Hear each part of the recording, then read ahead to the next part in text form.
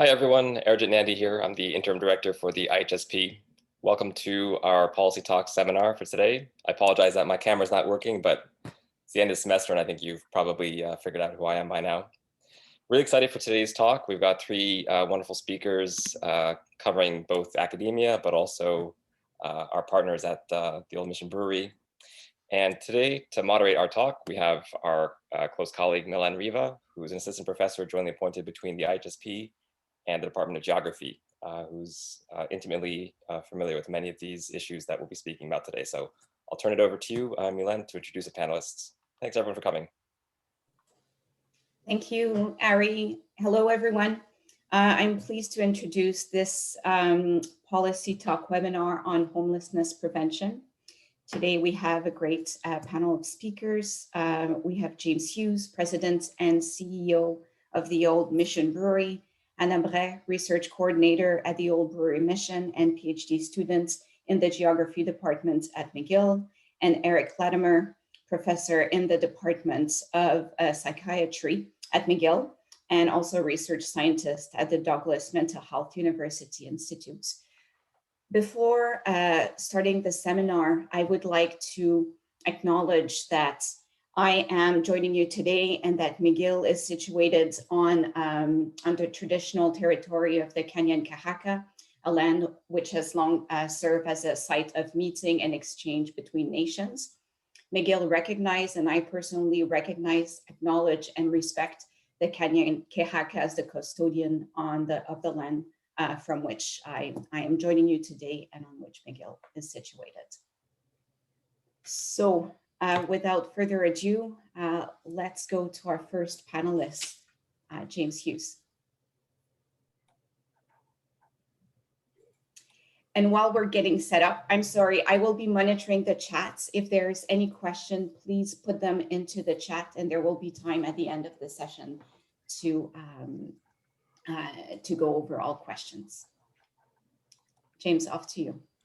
Well, thank you very much, Milan, and hello everyone, and welcome to the seminar. We're very excited to be here together as panelists to talk about, we think, an issue of great importance. Obviously, you feel the same because you're attending, and my job really is to set up Hannah and Eric to really talk in more, I think,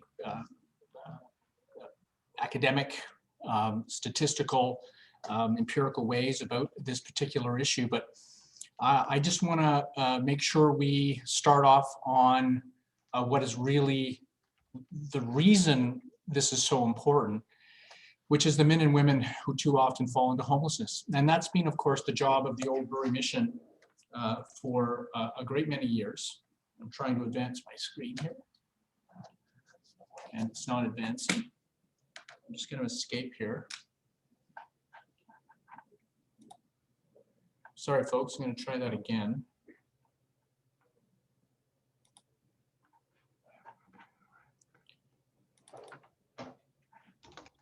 Don't watch, don't look at that.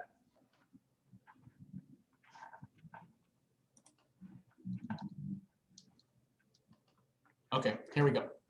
So apologies for that. So I just want to make sure this is all very real. And the Old Brewery Mission has been working in the area of homelessness for a very, very long time. It was founded in 1889 during the period of the social gospel, where the number of individuals who were finding themselves in a state of homelessness was really quite modest. And a Christian charitable model was really the one that was put into place. A bed for the night, a bowl of soup, and all the other types of more traditional ways of intervening in homelessness were the reality. And frankly, it was a reality that was true for 100 years. Homelessness was really quite modest up and until the 1990s.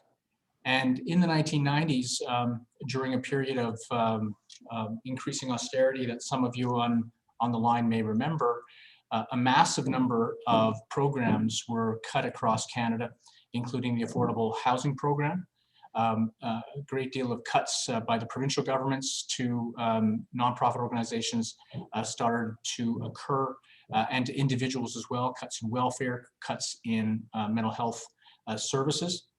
And the result was that homelessness started to grow. So one of the metrics we use in homelessness to measure the size of an organization is emergency beds under management. And an emergency bed is simply a bed that you would take people in for the night.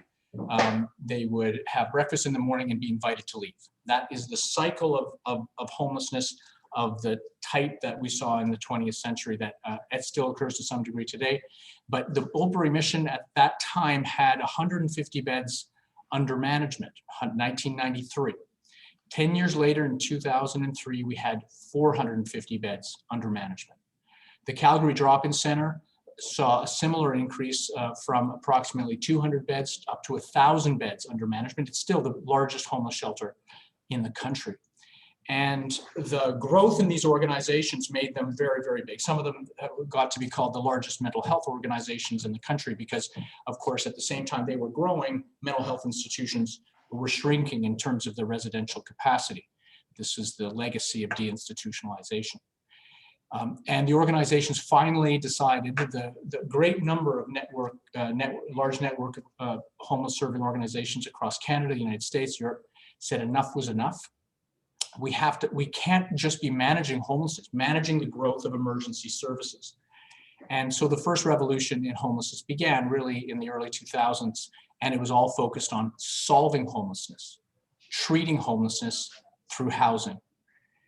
And there is almost no example anymore of organizations in this country who are would otherwise be called shelters, who are not also going beyond sheltering and offering housing.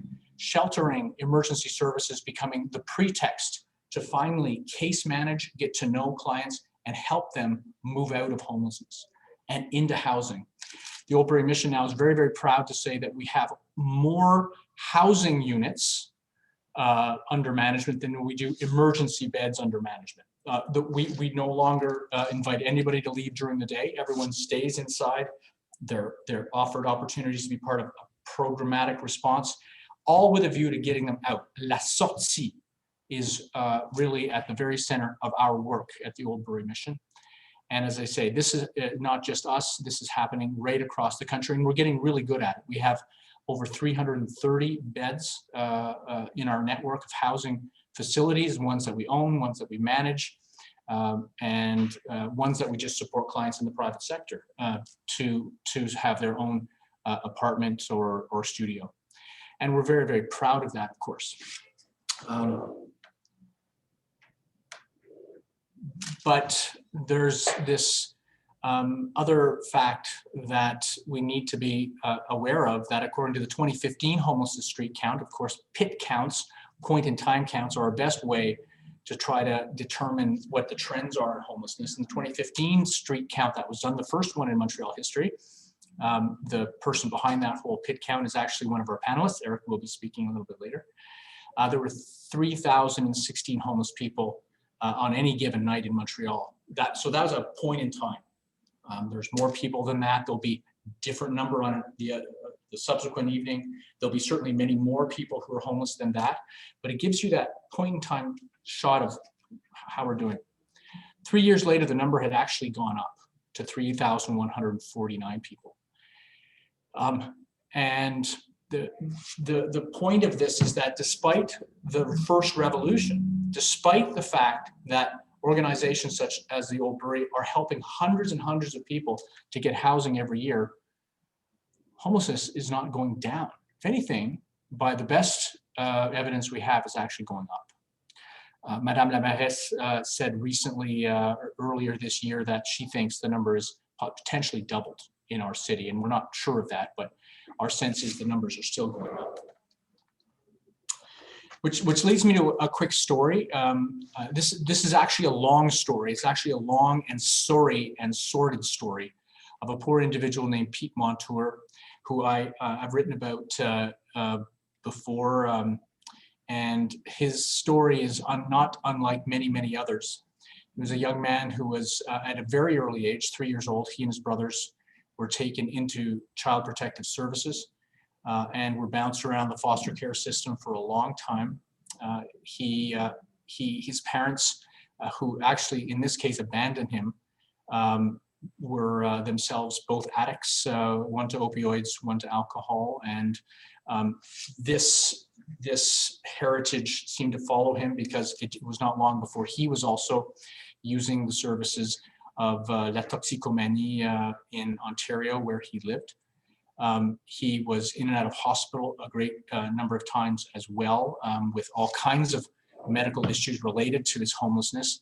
At one point, the doctor in the hospital where he was, and this is around being 30 years old, the doctor in the hospital said, well, he had to amputate the leg. And he said, I'm not having my leg amputated. I'm just not doing it.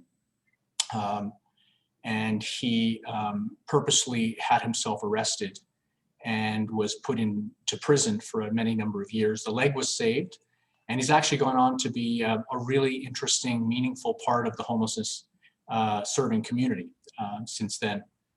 And one of the stories one of the questions he has asked often, and Pete Montour is actually not his real name. He actually doesn't like this story actually being told a great deal, is that what would have happened if Child Protection Services had actually had the mandate to help me avoid homelessness? What if a healthcare system had had the mandate to help me avoid homelessness? What about the correctional services system itself? He'd been in prison, I think it was 11 times over the course of his adult life. What if they had had the mandate to help him address his risk of homelessness through a whole bunch of different measures? It's a question he asks himself, and we ask ourselves a lot in the sector. What can we do to stop having so many people bang on our door for help? Why do we have to treat the homelessness in the very first place? I think it is really the question we have to ask ourselves here on this panel and in this seminar and in the future, because I frankly think that the next revolution in homelessness is this one. It's prevention. And I sincerely hope we can get to it, and we can get to it as quickly as we can. And so there it is. That's my teeing up my fellow panelists, and I'm going to stop sharing my screen and pass it over to them with wishing them luck to their presentations. Thank you very much, everyone. Thank you very much, James. Our next panelist is Eric Latimer. Eric, if you want to share your screen. Hi there. Thank you. Hi everyone.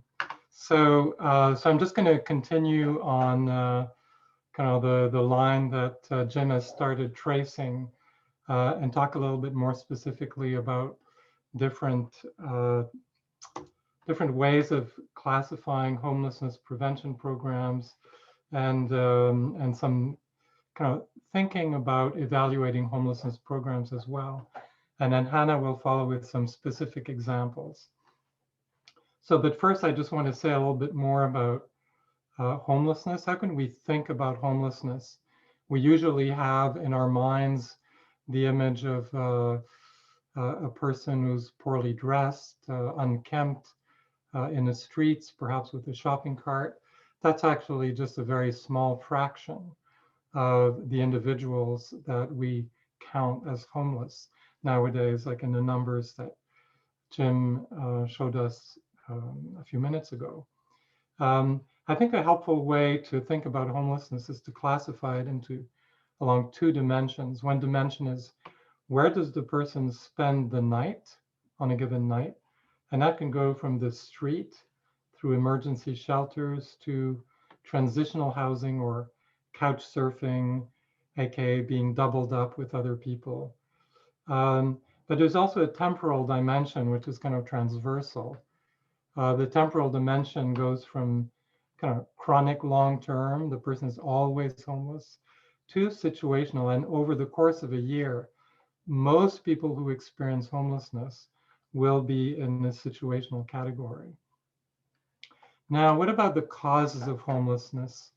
Well, there are different ways of classifying those causes.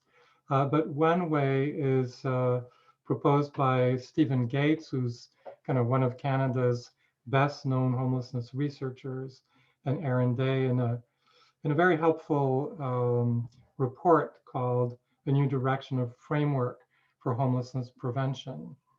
And they distinguish between, first, structural factors such as poverty, discrimination, lack of affordable housing, impact of colonialism on Indigenous peoples, systems failures, barriers to accessing public systems, and failed transitions, very importantly, inadequate discharge planning, whether from prisons, hospitals, or the youth protection systems. And then difficulties in accessing services due to silos and gaps across services. And then we have, of course, individual and relational factors, crises, housing insecurity, interpersonal relational problems, persistent and disabling conditions, interpersonal violence, trauma. In the 2018 point in time count, which was done not just in Montreal, but in 10 other regions in the province, we asked nearly 4,000 respondents what had been the cause of their most recent episode of homelessness. I'm sorry that the labels here are in French. That may be a problem for a few of you. But basically, the main individual level cause mentioned is, or that people named as a cause of their own most recent episode of homelessness is addictions or substance abuse. Next came incapacity to pay rent or mortgage, conflicts. Conflicts come up a number of times. And we can think of these various reasons as possibly as in many instances caused by individual level factors. In a number of other cases relating to systems failures, they were in prison, they left prison, and there was no system to ensure that they were housed when they left prison, or they left a hospital or some treatment program with inadequate discharge planning. In some cases, it's kind of a mixture of personal and systems level failures, as when they're evicted or their lease is not renewed. And in other cases, it's a mixture of personal reasons and also systems level, or I should say, like, structural factors. Like, you can't pay your rent or your mortgage. Well, that's partly an individual thing, but it's also the result of the unavailability of housing that anyone can afford. So we can also consider, as we look at these various factors that lead people to become homeless, that in fact there are many, there are, as it were, many spigots leading into homelessness, many pathways for different populations experiencing different sorts of conditions. So we have youth leaving care, we have people with severe mental illness, refugees, victims of family violence, Inuit First Nations, corrections and forensic services, and others. So if we want to think about prevention, we really have to think about really targeted programs that are going to address these various populations. Now, it's useful as well to think in terms of primary, secondary, and tertiary prevention. That's a classic classification of prevention methods in public health. Applied to homelessness, it means, in the case of primary, prevent the person from experiencing homelessness in the first place. In the case of secondary, as soon as the person becomes homeless, you try to get them back into housing. And a lot of what Jim was describing that's been happening in the homelessness sector would fall into this secondary prevention. You've just become homeless. What happened? How can we help you get back into housing right away? And then tertiary prevention would be, you just try to improve living conditions for people who've been homeless for a while. And a lot of the services currently available in Montreal would fall into that category. For example, day centers, where people can go to get some food, to get their clothes washed, to get a shower, such as the Open Door, Chez Doris, a number of those programs. Those would be tertiary prevention. They don't actually reduce the number of people who are homeless. An alternative typology has been proposed again by Stephen Gaetz and Day in the same manual that I described to you that I mentioned earlier. So structural prevention, systems prevention, early intervention, eviction prevention, and housing stability. So structural prevention relates to legislation, policy, investment, so poverty reduction programs, etc. Systems prevention alludes to better planning and supports for people who are leaving prison, hospitals, youth protection, and better access to supports to help stabilize housing once you've left those systems. Then you've got early intervention, supports for people at imminent risk of losing housing or who've just lost it. So for example, you call, if you're at imminent risk of losing housing, you call a number and a program will assess your situation and possibly give you some money so you can pay some of the rents that you haven't paid and that your landlord is threatening eviction for. Eviction prevention actually is a type of early intervention. And then housing stability. These are supports for people who were homeless but have been rehoused. So housing first programs, which is actually Jim was describing kind of the growth of housing first programs where we house the person directly without treating their addictions, for instance. So once a housing first program houses somebody, you don't abandon them, you continue to support them and try to make sure they don't fall back into homelessness. So at this point, I'm gonna draw some on a very good book for any of you who are interested in learning more about what's going on in research on homelessness. This book, which came out last year, In the Midst of Plenty, Homelessness and What to Do About It by Beth Shin and Jill Kaduri, is a really excellent synthesis.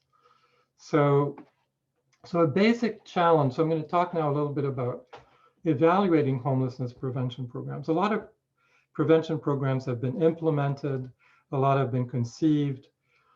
Not as many have been rigorously evaluated. So what do we need to do to know that we have a good prevention program? So a basic challenge in evaluating homelessness prevention programs is that a lot of people have risk factors for losing their housing, such as low income and education, mental illness, addictions. But only a small minority end up experiencing homelessness.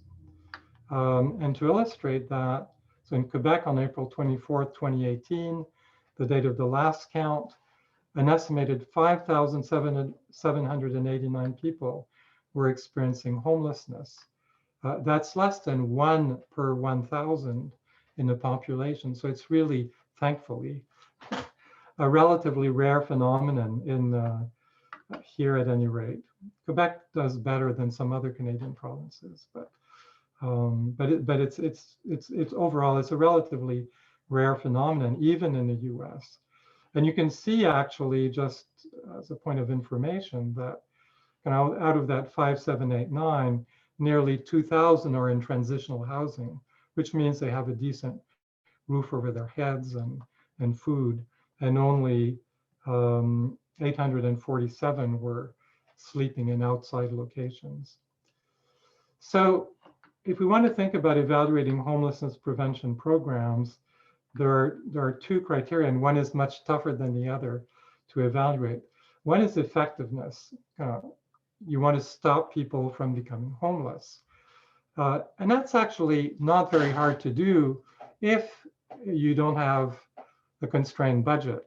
If there's no limit to how much you can spend, you could imagine, for example, spending way more on very affordable housing units.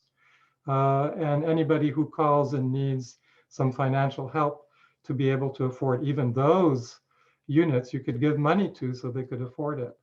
But if you did that, you would end up almost certainly spending quite a bit on people who wouldn't have become homeless in the absence of your program. So efficiency is the second criterion we have to think about. You want to target people who would become homeless without your program, and not spend money on people who weren't going to become homeless in any case. So so it's harder to ensure that a program is efficient, as we'll see. So let me illustrate this, and here I'm really following the book I was alluding to. So New York City has a program called Home Base. It's a large program. It's been established for many years. It offers case management, referrals for legal services, daycare, domestic violence services, mental health and substance abuse services, educational and vocational training, job placement, cash assistance if people actually need it to pay for arrears in their rents, for example. So you can find out more about it by going to their website. And so the way it works is kind of you call the home-based program, or you're put in touch with the home-based program, let's say by a social worker, and you have an intake interview. And during the intake interview, you give information about yourself. And when Beth Shin and her colleagues were invited to help the home-based program improve their targeting, the home-based workers were really using their own judgment to determine who should get access to their services. And so what Beth Shin and her colleagues were asked was, can you help us improve the formula? Can you help us to better identify the individuals who are actually going to benefit from this program? And so what they did is they used, like for the epidemiologists here, they used a Cox regression model to identify kind of the factors, both from the intake workers' data and from the shelter system data, the factors that best predicted entering into the shelter system within 3 years. So based on this model, they classified people into 10 risk groups, going from low risk to high risk. And then they observed that whether the people had been judged eligible or not, those who were at higher risk, as you might expect, hopefully, it would have been very disturbing if it hadn't turned out that way. But those who were classified at higher risk indeed had a kind of higher proportion of them entered shelter.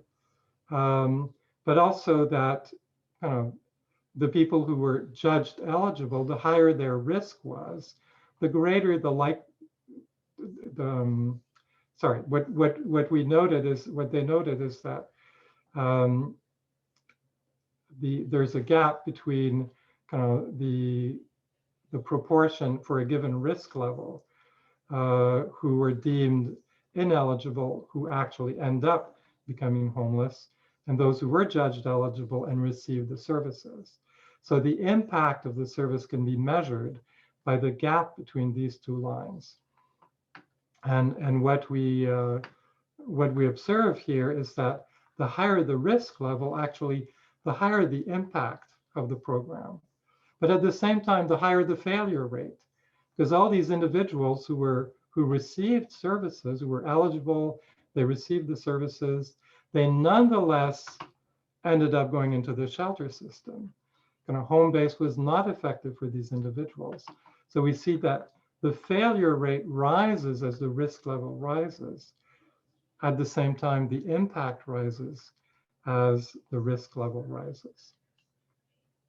So what Beth Shin and her colleagues conclude is that homelessness prevention programs are most effective for people at the highest levels of risk. But that raises the question of how can we improve our risk prediction formulas? They used they did this about 10 years ago. They used a Cox regression model. Nowadays, we would apply, of course, AI methods if we had enough data. So the evaluation challenge, and I'm almost done here. The evaluation challenge is, we note that measuring the proportion of clients of a prevention program who avoid becoming homeless, which is often what people will do. I was speaking recently with someone with a prevention program in Montreal who was telling me, well, we have this very high percentage of people who are housed 6 months after they enter our program. Well, that's good, but it's not enough. We also need to know how many people would have become homeless without the program. And in order to evaluate that, we need a randomized controlled trial design or something approximating it. So conclusions from my part here is that there are many types of programs operating at various levels that can help prevent homelessness. But all prevention programs face the fundamental problem of efficiency, targeting the people who need the program to avoid homelessness, while avoiding those as much as possible who don't need the program. And in the homelessness context, this is made more difficult because far more people have risk factors than actually become homeless. So you kind of have to accept that you're going to give your program to a number of people who don't really need it. You just want to keep that number to a minimum while minimizing the number of people to whom you don't give the program who will become homeless. So there's a need and opportunity to develop better formulas to predict who's at higher risk. And ideally, all homelessness prevention programs should be evaluated using an RCT or at least a strong quasi-experimental design. So I'll stop here and thank you for your attention.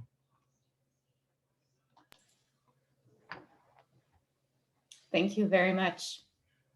Hannah, off to you.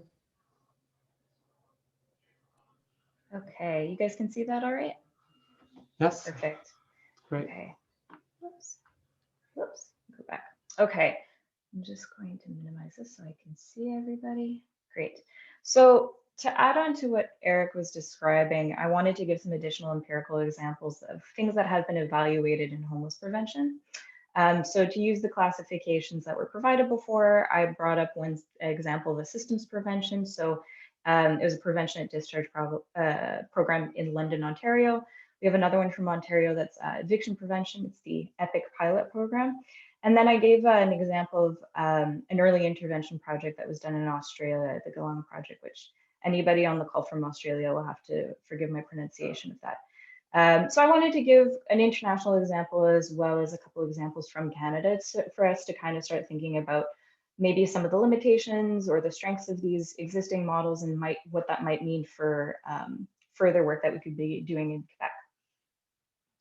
Ooh, there we go. So the first example is the one in London, Ontario, which is a program that was set up in the 2000s to look at prevention at psychiatric discharge. And so I think that the other presenters have done a good job of kind of explaining why this might be a really important prevention moment for homeless individuals. But for anyone who's maybe a little bit less familiar with mental health and homelessness more largely, quickly go over it. We have a clear issue of overrepresentation within the community. And that's pretty much across the board. Anywhere you go, when you look at homeless populations, there is an overrepresentation of mental health issues. And one of the big issues is that people who are homeless who enter psychiatric care often have low clinical improvement, which kind of then begs the question, when it comes to low clinical improvement, how much is informed by the individual's illness? How much of it is informed by their lack of housing? And this is something that we see at length when we talk about housing stability studies, but it comes up in this prevention work as well. To give more of a scale to the problem, the researchers that evaluated this particular pilot program years before had also looked at sort of discharges in London and what was happening for homeless individuals. And they measured at least 194 discharges out of 2,678 in London. That was over the course of a year. And these are individuals that, when asked where they were going after being discharged, they indicated no fixed address, or they gave the address of a homeless shelter. And so certainly there's individual level issues that can complicate this discharge process, kind of as we pointed to before, you know, with elements that we flag in the PIT count that come up in this particular moment where somebody might fall further into homelessness. So things like they're going to leave early because they don't feel comfortable, mental health symptoms that make it really difficult for them to follow programming, such as you know, people who experience paranoia.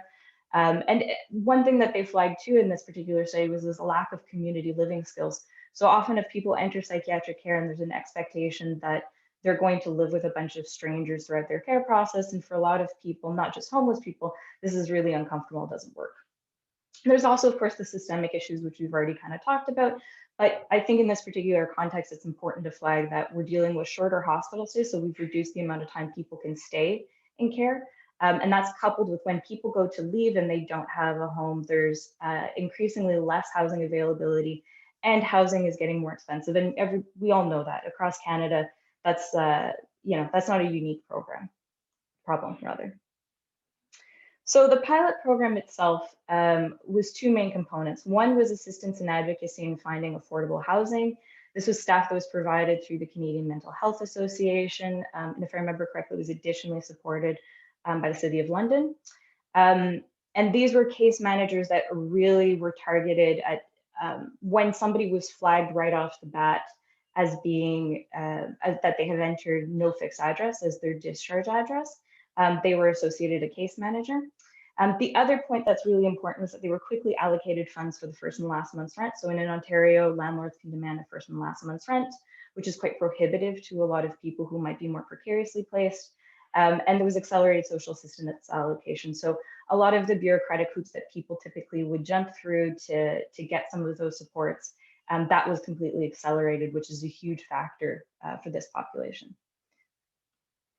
So getting down to the evaluation of the program, this was a randomized control trial. That said, we only had 14 people in the trial.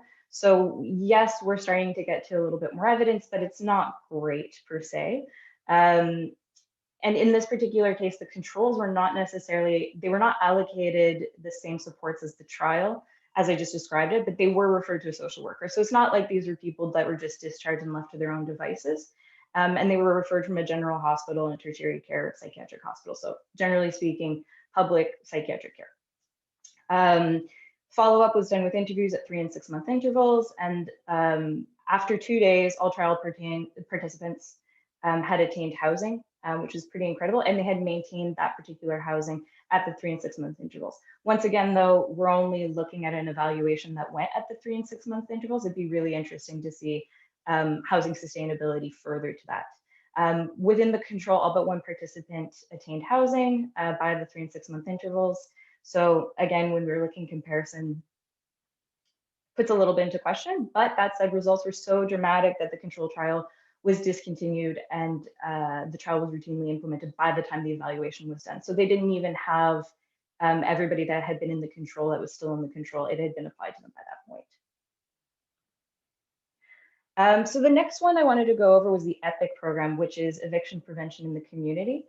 And this is a program that I actually got to work a little bit with when I was working more in housing. So I thought it was quite interesting. And the way this program was set up was that they really had two groups that they saw that were at risk of eviction. That's how they sort of targeted things.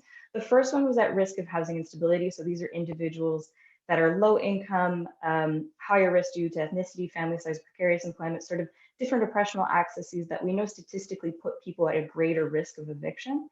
So kind of, unfortunately, to put it sort of simply, is like kind of like baseline at risk.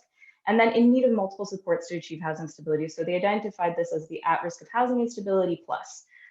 These are people who often already had a history of homelessness and evictions, and often require physical and mental health support. So it was really discerning between people who maybe needed a little bit of a boost and some additional community support versus people who maybe needed much more help, which I think is an important distinguishing factor with this work. The program itself, EPIC, was a one-year pilot launched in March 2017 by the Shelter Support and Housing Administration a division of the City of Toronto. So this was municipal funding. Program referred eligible participants to community resources that offered 2 EPIC staff members that worked for 3 months with participants.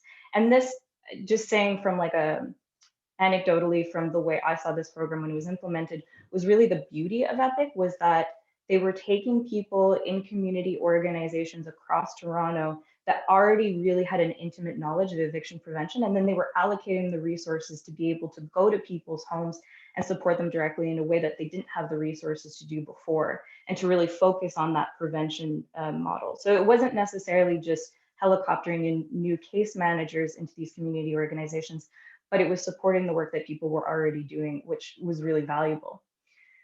The program components and sort of what it came out through the evaluation, but through the process as well. The main one that everybody keeps going back to about EPIC was the financial support. So Eric mentioned this before, but ability to pay off arrears. And in Ontario, arrears can really put somebody at risk of eviction in a compounded way compared to in Quebec, where it can be quite swift. So, this involved acquiring subsidies, automatic rental payments, assistance with utilities, which for a lot of participants was the big thing. It was flexible and portable support, so there was no expectation that somebody was just going to go to an EPIC office. It was EPIC staff went to people where they were at, whether that be in the community, the home, or the landlord-tenant board. And this really, the stability component was an important one, because for a lot of people, they've been living precariously so long that they no longer had a sort of future-oriented vision of their housing in a way where they saw them having any stability. So it was really, that financial support, especially getting them to a point where they can say, I can finally think about moving forward in my life in a different way. Another element that was really important was working with landlords. So making sure that the landlords were articulating early notice of eviction. And so trying to avoid going to the landlord-tenant board altogether. And then finally, partnerships, obviously. Much like the example in London, these were people who were working with Ontario Works to accelerate processes. They were really trying to eliminate all the bureaucratic hoops for people who had been sort of chronically precariously set.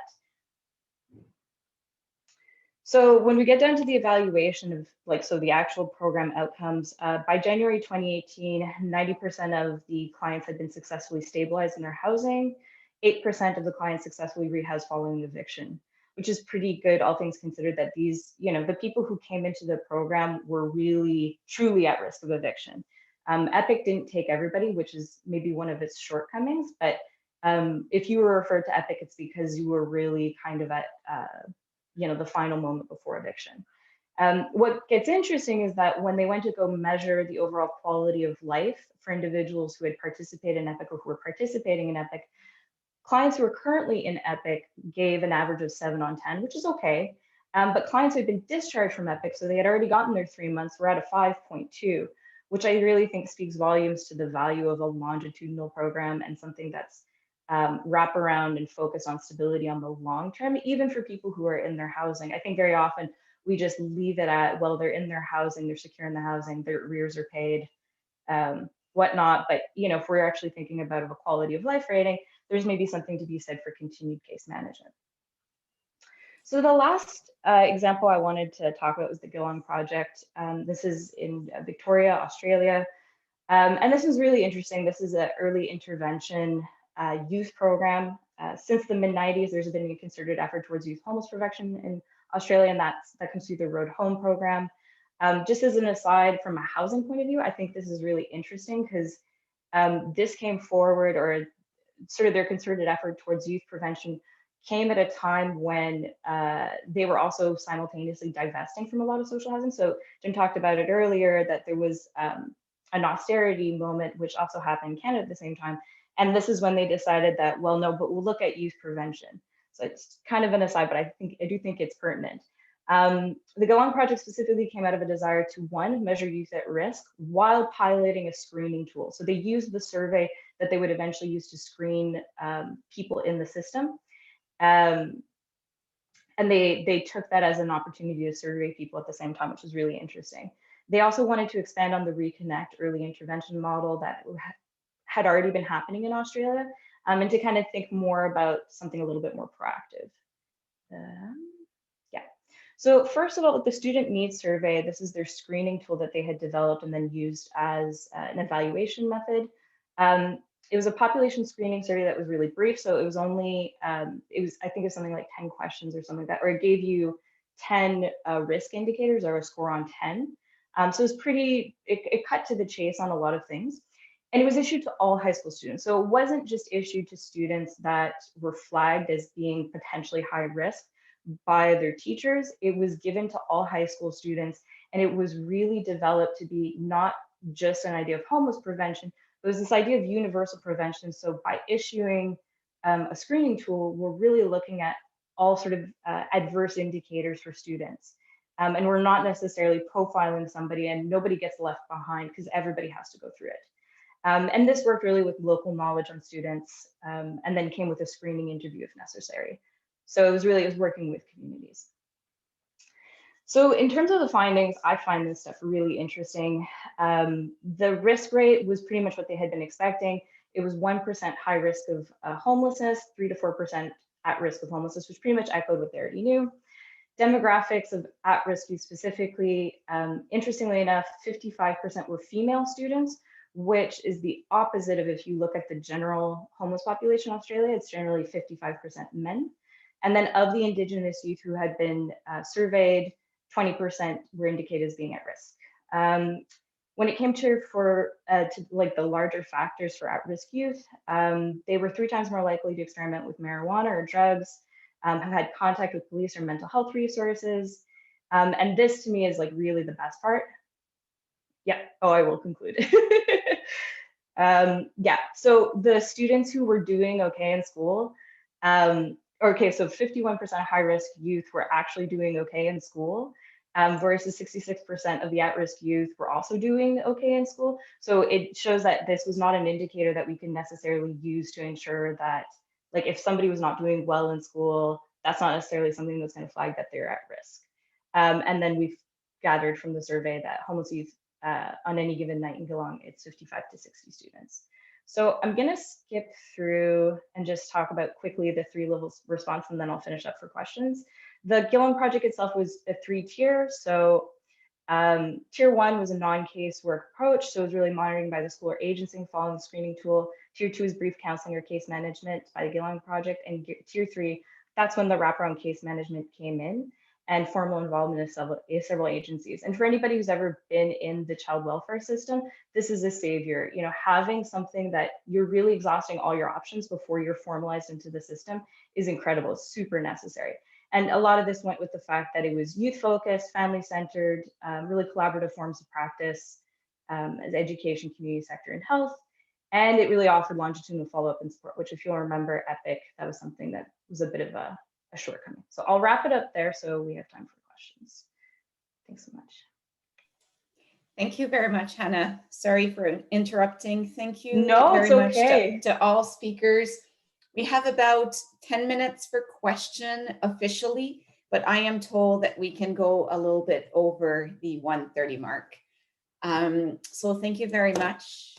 Well done. Very interesting discussion.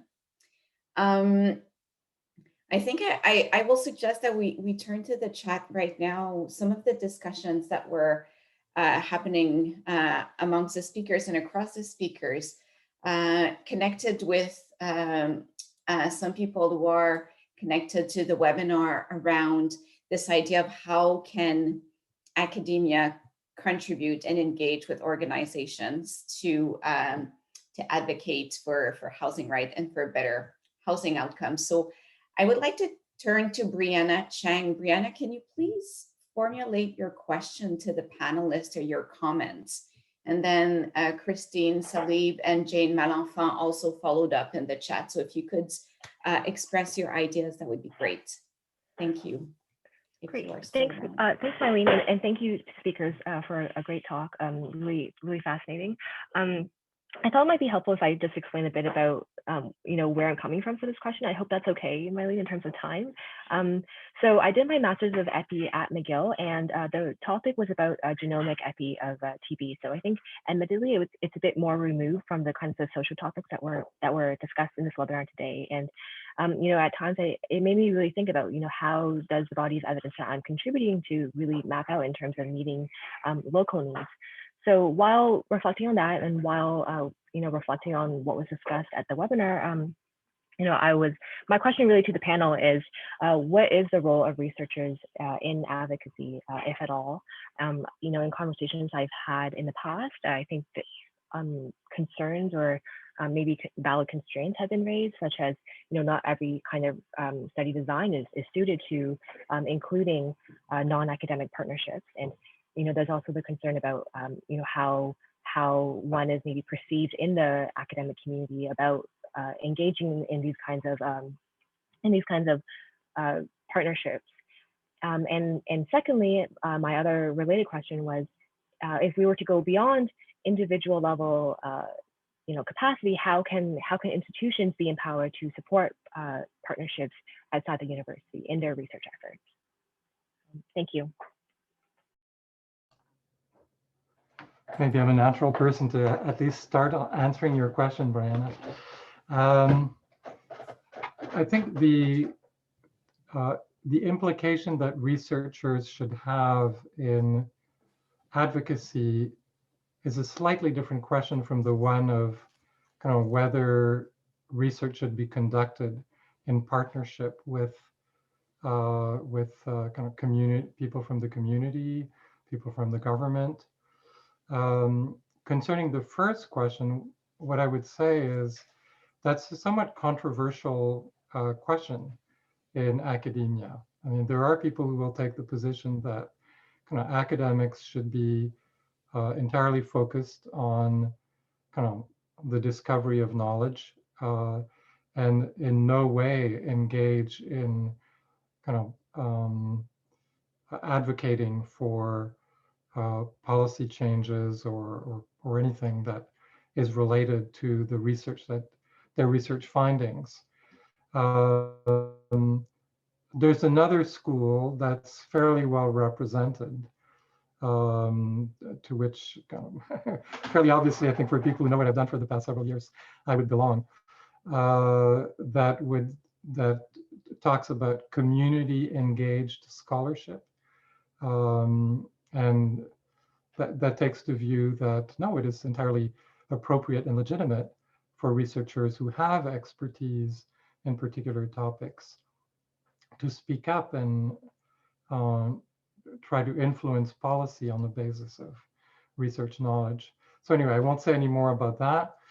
The other question is kind of the engagement of community partners. There are probably people here who could answer that question better than I can, but it has to do a little bit with epistemology, right? How do we know what we know, and kind of co-construction of knowledge that takes into account what people in a community understand and have observed, can certainly be, can add up to an understanding that is richer and more complex than what researchers are likely to come up with on their own.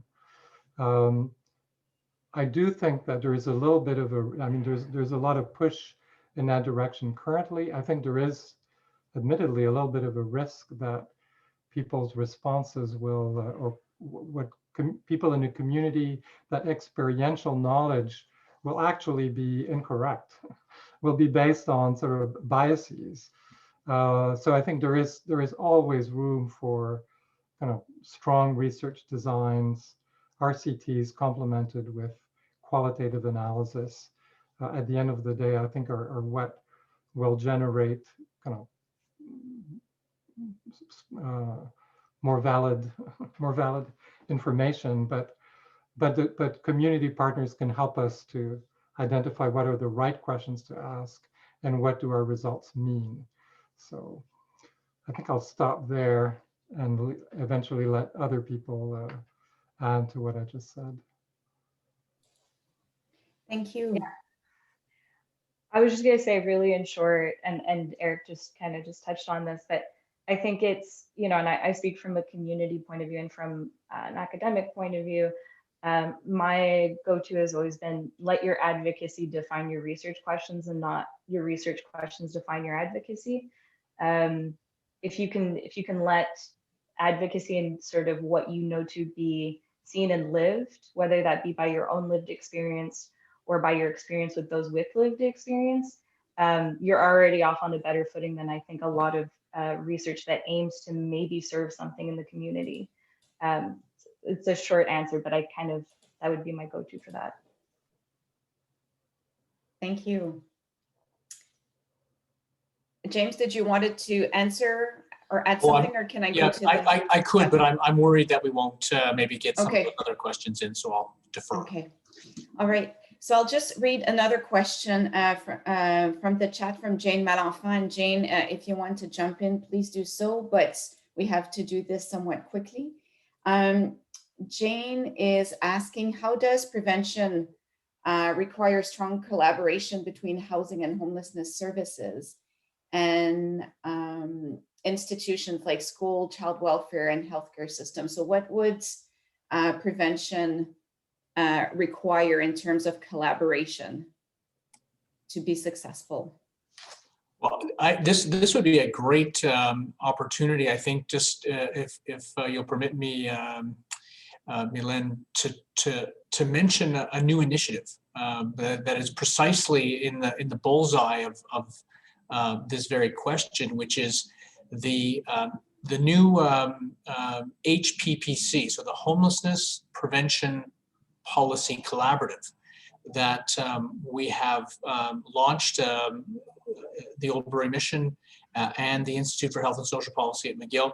We've co-sponsored the creation of this, if you will, new entity, this new observatory that brings the power of the academy together with the power of community to try to together start to think through what works in terms of homelessness prevention from a research and evidentiary point of view, and how to mobilize that knowledge and evidence for the purpose of policy reform. And it's nascent, it's just beginning, it's just starting to take shape. We have our second meeting of the full membership of the collaborative next week. We have chosen some priorities. We've started to set up our governance and our leadership, and we're very, very excited about what the promise of this is for the province of Quebec in terms of driving these very issues forward in a very thoughtful, very concerted, but frankly, a very pointy way. Like we want to see some change together, but the right change. And I think that's the very purpose of successful partnerships, is to advocate with, in an unyielding way with what works. And it's only together through that partnership of those two sectors that I think we can achieve that.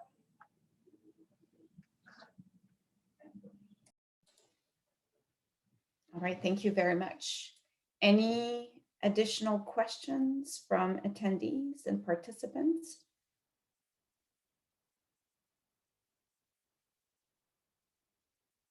No, I see nothing in the chat. So it's 1:30. I don't know if we have time for more questions. I have a few questions that I would like to follow up with, but maybe we formally end the session here since it's past 1:30.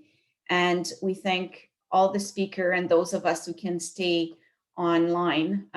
If James, Eric, and Hannah are available for a few more questions, we can stay and have a little bit of a discussion.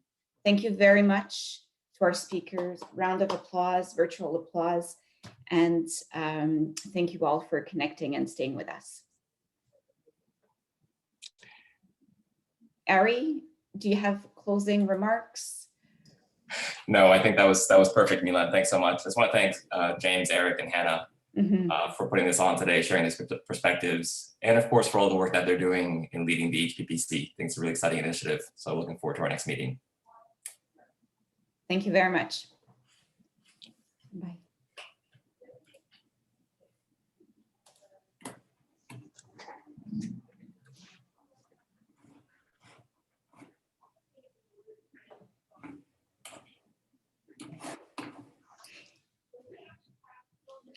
So may I ask a question? If there's, hopefully it won't take too much time. So I'm working on the housing perspective, and I'm reading about whole systems approach to housing, but to provide people with, energy retrofits to make dwellings more efficient, to provide housing insecure household with support services to keep them properly housed for longer. So how does that connect with the different levels of prevention approach, or does it connect with the different levels of preventative approach to homelessness that you were describing? I'm not even sure if I'm formulating the question correctly. So basically you're talking about programs to improve the quality of what initially is insalubrious housing. Yeah. How does that connect with prevention approach to homelessness, or does it? I mean, if it's a kind of broad program, we're just having a policy that housing below a certain quality level is unacceptable. We will pay for kind of bringing all housing in a community or in a province or whatever to a certain level. I would put that at the level of a structural prevention measure, because it is something that does lead some people to homelessness. That I didn't highlight that bit in the responses to the questions in the homelessness count survey, but insalubrious housing was one of the categories that a number of people responded to. If you feel you just can't continue to live there and you just can't afford or something else, or can't find something else, then you become homeless. So, yeah, that's how I would classify it.